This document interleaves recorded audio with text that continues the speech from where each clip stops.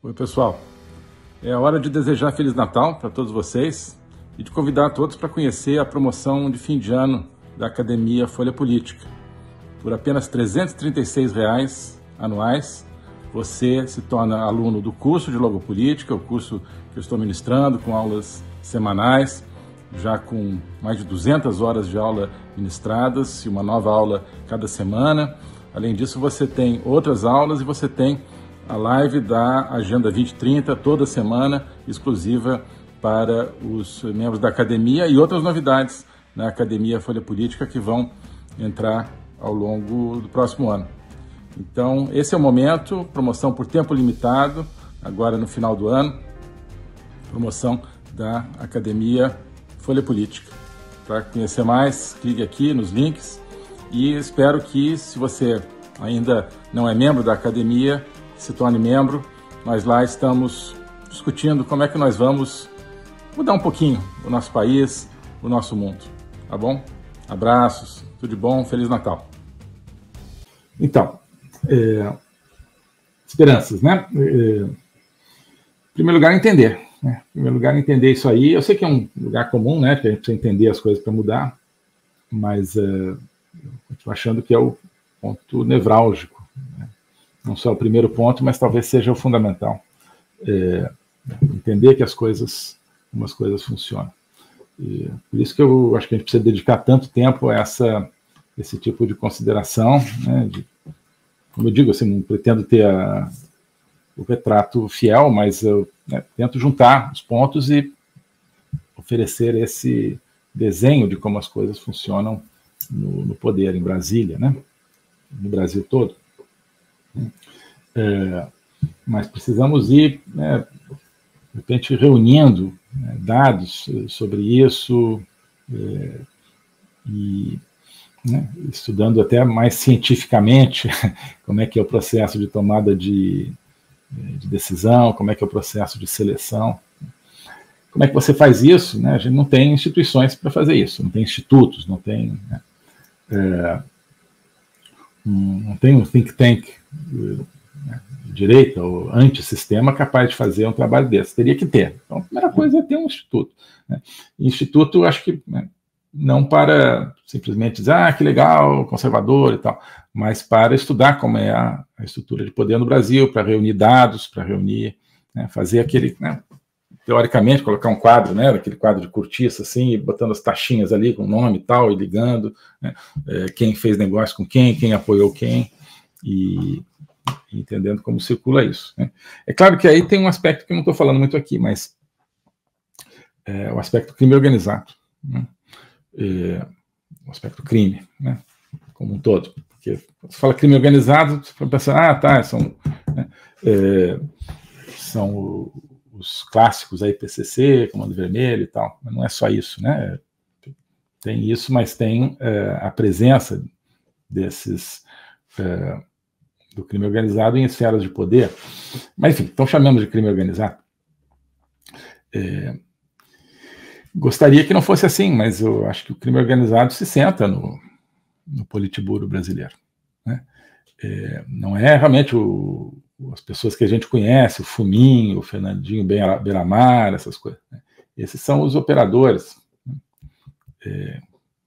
Quem se senta, não sei quem é, mas caso haja pessoas do crime organizado lá dentro, e não são esses, não são esses cujos nomes a gente conhece, que tem passagens aí pelas folhas policiais. Então, isso nos remete ainda mais para o caráter, digamos, puramente formal do Estado no Brasil. Né? E o fato de que o Estado não reflete a estrutura de poder. Porque, obviamente, o crime organizado não pertence à estrutura do Estado. A estrutura do Estado é que pertence ao crime organizado, né? Em grande medida. Bom,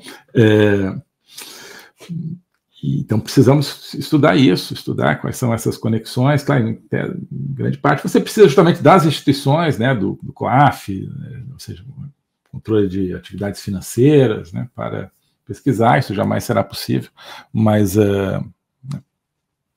precisamos de um instituto que, com base naquilo que é publicamente disponível, faça esse estudo, essa armação, né, ou esse desarme, né, ou seja, que entenda esse motor, que abra o capô e entenda o motor de como funciona. Então, isso é uma coisa me parece prática e essencial, né? Entender esse sistema de poder. Outro aspecto é a comunicação, né? Ora, como é que a gente resiste a tudo isso?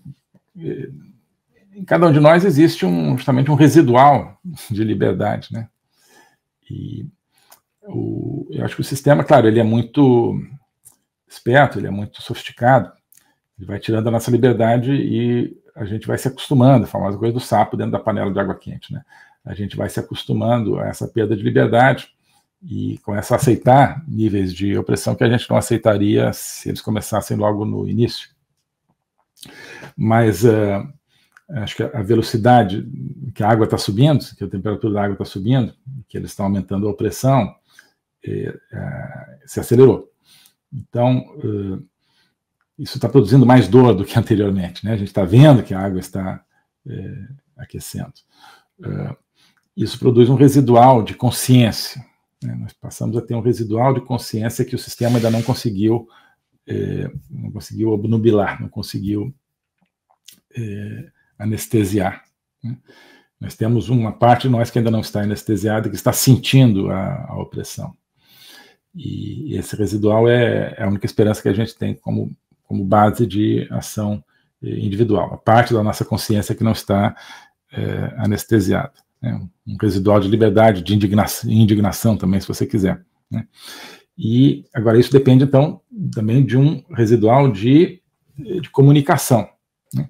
Então, esse residual de cada um de nós tem que se comunicar com os residuais dos outros. Residual né? A palavra não é muito apelativa, né? Mas então,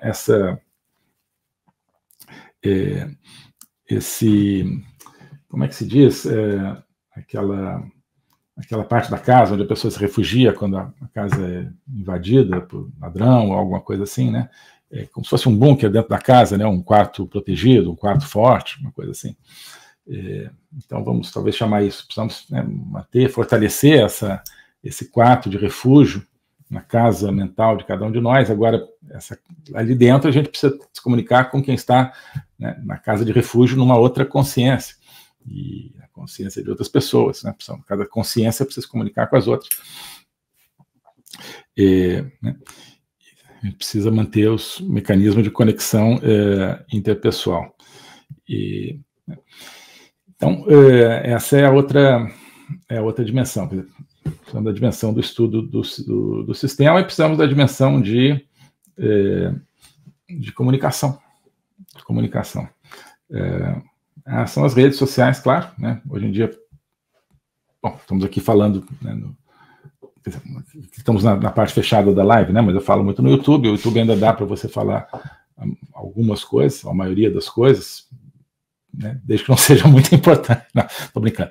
Dá para falar muita coisa no YouTube, por sorte ainda, né, na medida em que você não entra em alguns temas tabu, né?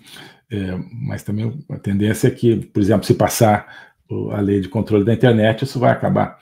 Então você tem, né, alguma liberdade no YouTube, no Instagram, mas sobretudo no Twitter. Então, assim, Elon Musk total, né? Elon Musk fã de carteirinha, tudo que se possa dizer dele, eu acho que está amplamente descontado pelo esforço que ele está fazendo de manter, de promover e de expandir o Twitter como espaço de liberdade de expressão, né? Não acho que seja uma estratégia de cavalo de Troia do sistema, né?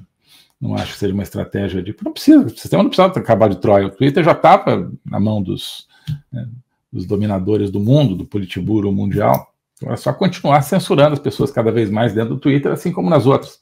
Então, precisa o Elon Musk entrou como cavalo de Troia? Não acho não. Hoje estava vendo, ele investiu acho que 44 bilhões de dólares para comprar o Twitter, hoje o Twitter vale 19 bilhões. Então, perdeu dinheiro, continua perdendo e continua lá, né?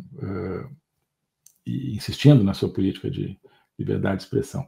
Portanto, a gente tem que se agarrar a isso aí, né? Tem que se agarrar a esse espaço que ainda existe, onde as pessoas ainda podem falar de certos temas, que não podem falar nem mesmo no YouTube, como espaço de comunicação. Mas é preciso sofisticar isso, né? É preciso sofisticar, diversificar,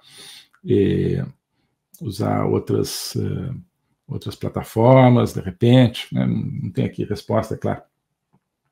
Mas, e não necessariamente outras plataformas, ou seja, outros apps, outros aplicativos, mas, enfim, pensar criativamente em outras soluções de comunicação, de criação de redes, né, que não sejam diretamente vulneráveis ao Estado, mas que não é o Estado, né, que é o poder que está por trás do Estado.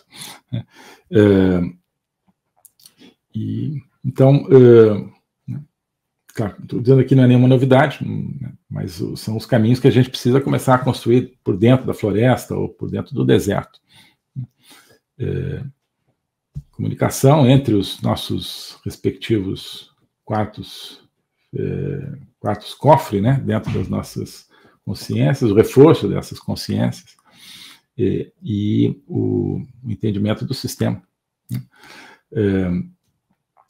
Agora, né, e a política, né? Então, só para fechar essa parte aqui, a política eleitoral, do jeito que ela está, né? Participar ou não participar? Sim, prestar muita atenção nela, né? Mas não com uma perspectiva imediatista e, sobretudo, não com uma perspectiva exclusivista, né? A política não vai, do jeito que está, solucionar nada. Como eu disse, você pode eleger 500 deputados, né, que você acha que são de direita, né? Não serão, porque é impossível isso através do sistema atual de partidos. Então, também não adianta, essa especulação não cabe. Porque você vai eleger desses 515 de direita. Né? O que aconteceu? Você vai ter 420 que serão apenas nominalmente de direita, mas que estarão ali para, né, fazer o jogo de quem os colocou ali, que são os chefes de partidos, caciques partidários, que fazem parte do grande cacicado ali do Politburo. Então, digamos, acompanhar a política, mas com esse imenso olhar crítico, né, e sem esperar demasiado da política eleitoral nesse momento. O globalismo existe, é uma coisa concreta. Ele é composto pelo Great Reset, do Fórum Econômico Mundial, pelo projeto hegemônico da China, pelo programa de manipulação e conquista da América do Sul pelo Foro de São Paulo e outros elementos. E esses elementos, eles atuam uns em benefício dos outros, sempre, principalmente através do controle da linguagem, porque o controle da linguagem é o controle do nosso pensamento. Então nós estamos tendo o nosso pensamento reprogramado, e essa reprogramação vai contra a nossa liberdade, vai contra a essência do ser humano. Isso é o globalismo. Com base nesse estudo, nessa experiência, é que eu criei o curso de Logopolítica. Toda semana eu dou aulas sobre geopolítica, literatura, filosofia, cultura de um modo geral, tudo isso em conjunto formando um espaço de conhecimento que eu denomino a logopolítica, para nós não apenas entendermos a ameaça do globalismo, mas podermos nos contrapor a ela. Se você quiser entrar nesse projeto de conhecer o globalismo e enfrentar o globalismo, clique aqui